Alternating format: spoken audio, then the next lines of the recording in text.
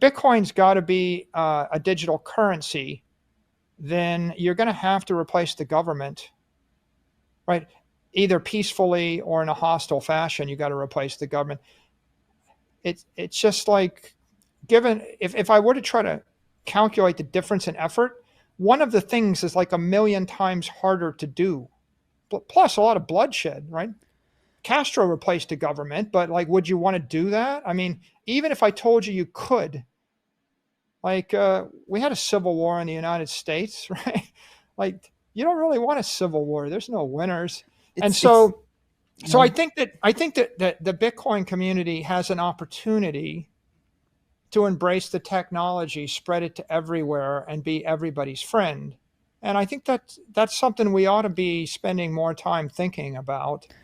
And I think we should spend a lot less time fighting over the currency, because once you've made the point that the currency has inflation, I think you just got to move on, because the next debate is whether or not gold is better than Bitcoin for fighting inflation, right? Because you're not going to actually eliminate the source of inflation, right? That will require regime change. If we demonetize everything everywhere, maybe we cure half of the problem, which is good. I think that's enough. It might take 100 years. I'm hard pressed to think it takes less than 100 years. Feels like it's like a multi-generational exercise if we're successful.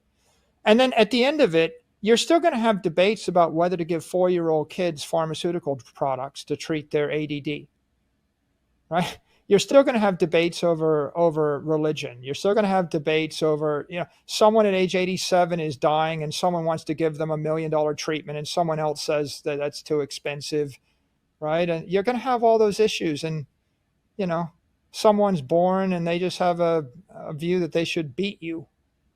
Okay, it's going to happen. We're not going to, some other science or technology breakthrough might address some of that problem. And we still got the problem of how do we go to Mars, and should we stop there, and should we go to Alpha Centauri or beyond? These are all problems, and some people want to live forever. And the problem is we can't live forever. And other people don't think we should live forever. And the problem is stopping the people that want to live forever, right? And those things are going to go on. We're not going to address those. I don't think we need to. I think that the root problem that Bitcoiners put their fingers on is there's a lack of conservation of energy in the civilization. There's an energy imbalance, and everything that we think of as money, that we use as money, and right now we use gold and we use $90 trillion of currency derivatives and $100 trillion of bonds, and we use trillions of dollars of equity, and we use collectibles. We use all sorts of other derivatives. There's a lot of things we use as money. All of those things we use as money are low velocity, inefficient transmitters of energy that drain energy. And the cost of that you could measure in the tens of trillions, 10 trillion, 20 trillion a year. So some huge amount, right? 20 trillion is the GDP of the United States, right? Nominally measured. So the cost of the broken money, or the lack of a proper monetary system, is many, many trillions a year, compounding for the last 100 years, for the next 100 years. Fixing that is, it's no different than if you're an athlete and you were bleeding a pint of blood an hour, and I didn't stop the bleeding, right? I mean, the number one rule of triage is stop the bleeding first. Well, first make sure you can breathe, right? Yeah. 3 minutes without air and you're dead, and then make sure your bleeding stops, because you'll bleed out in a few minutes. And then after that, figure out what the rest of the problem is. So I think that we should think of ourselves as trying to stop the bleeding. The source of the bleeding is a lack of effective money. And the human race has never had an effective money, a mathematically sound, thermodynamically sound money, right? Gold was the closest thing, but it's way too inefficient. It bleeds energy too fast in time and in space, right? You can't really use it. So We now have a situation where 10 basis points of the civilization has a limited, has an effective store of value. And of course, nobody has an effective medium of exchange, right? So you could probably say it's like 2 or 3 or 4 basis points of the entire economy is efficient. 99.95% of all the economic activity in time and in space is woefully inefficient. Totally. And how inefficient? We probably got to assume we're losing 10 to 15% of energy. If you were writing a calculus equation, right? The time variable was losing 15% of your energy with time. And then there's another dissipation coefficient, which is how much energy per transaction. Let's come back to this idea that we're like 3 basis points, 1, 2, 3 basis points permeated. You can see that a factor of 10, gets you to 30 basis points. Mm-hmm. A factor of 100 gets you to 3% of potential. Mm-hmm. So 100x from now, we're 3% of potential. Mm-hmm. 1,000x from now, we're 30% of potential. And so there's massive, tremendous opportunity here.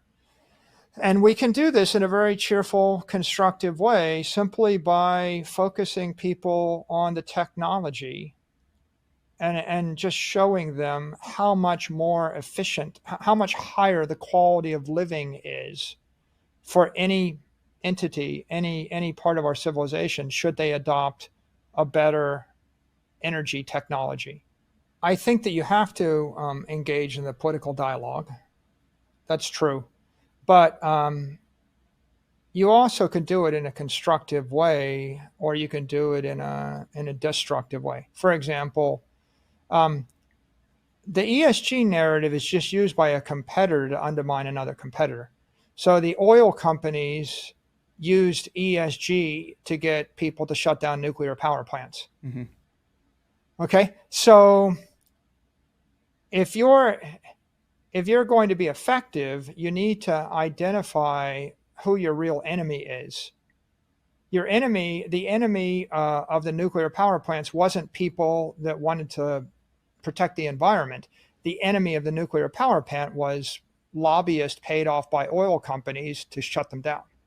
And if you actually put that front and center, you'd probably be much more effective. When online gambling was shut down, it was Indian reservations funneling money through fundamentalist Christian organizations to a lobbyist in D.C. that convinced politicians that gambling online is an abomination in the eyes of God. Okay, so if you're supporting online poker, you could declare war on, like all of the evangelical Christians and 25 million Southern Baptists, but they weren't really your enemy. Mm-hmm, mm-hmm. Your enemy was a couple of marketing people working for a casino on a reservation that actually, staged a guerrilla marketing effort. And if you were to go to every church, and protest against the churches and say, the churches are our enemy and Christianity is the enemy, you would have picked a fight that you can't win that was unnecessary. The ESG objections to Bitcoin, they don't come from environmentalists. They don't come from institutional investors either. They come from altcoiners. It's the proof of stake networks that pay the lobbyists to lobby the politicians. They write the op-ed pieces. They plant the stories.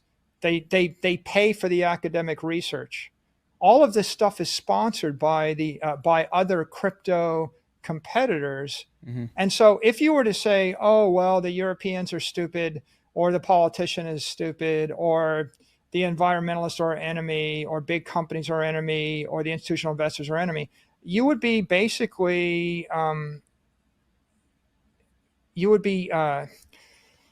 chasing a red herring, right? You effectively, what's going on is your enemy wants you to go to war with someone 100 times as big as you, and they're laughing their ass off, and you're taking the bait.